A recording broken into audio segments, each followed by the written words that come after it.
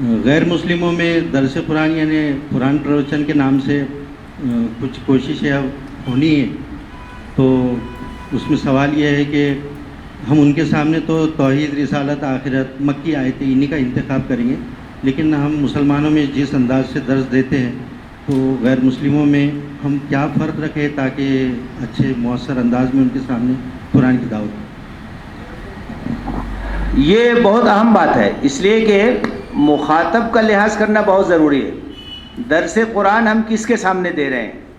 درس قرآن مسلمانوں کے سامنے دے رہے ہیں، درس قرآن غیر مسلم بھائیوں کے سامنے دے رہے ہیں، درس قرآن چھوٹے بچوں کے سامنے دے رہے ہیں، کالج کے اسٹوڈنٹ کے سامنے دے رہے ہیں، یا ہمارے سامنے پروفیسر اور ٹیچرز ہیں، تو مخاطب کا لحاظ کرنا یہ تو بہت ضروری ہے۔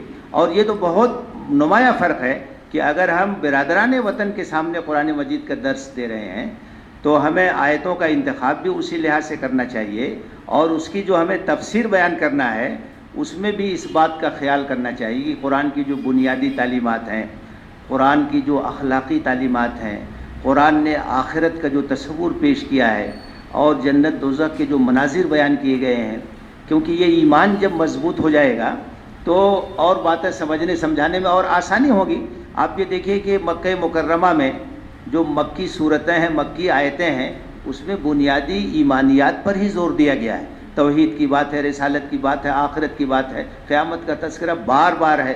متعدد صورتیں ہیں جو اسی موضوع پر پھیلی ہوئی ہیں، آدمی پڑھتا ہے تو اس کو قیامت کے مناظر اس کے نگاہوں کے سامنے چلنے لگتے ہیں۔ تو اسی لحاظ سے ہمیں آیتوں کا بھی انتخاب کرنا ہے اور اسی لحاظ سے باتیں بھی ان کے سامنے ہمیں کرنی ہے۔ جو شرعی احکام ہیں، تفصیلات ہیں، اس طرح کی چیزیں ہیں، اس کی وہاں ضرورت نہیں ہے اور اس کا وہاں موقع محل نہیں ہے، تو اس کا لحاظ کرنا بہت ضروری ہے۔ شاید حضرت علی کا قول ہے یا کس کا قول ہے، کلموا الناس علی قدر عقولہم اتحبون ان یکذب اللہ ورسولہ، لوگوں کے معیار کے لحاظ سے بات کرو ورنہ لوگ قرآن حدیث کو جھٹلا دیں گے۔ کیا بات کہاں کرنی ہے؟ دیکھو، بات صحیح ہو سکتی ہے لیکن کہاں بیان کرنی، کس کے سامنے بیان کرنی ہے، اس کا خیال کرنا بہت ضروری ہے۔ تو غیر مسلم بھائیوں کے سامنے اسی طرح کی آیات کا انتخاب ہونا چاہیے اور اسی طرح سے اس کی تشریح ہونی چاہیے۔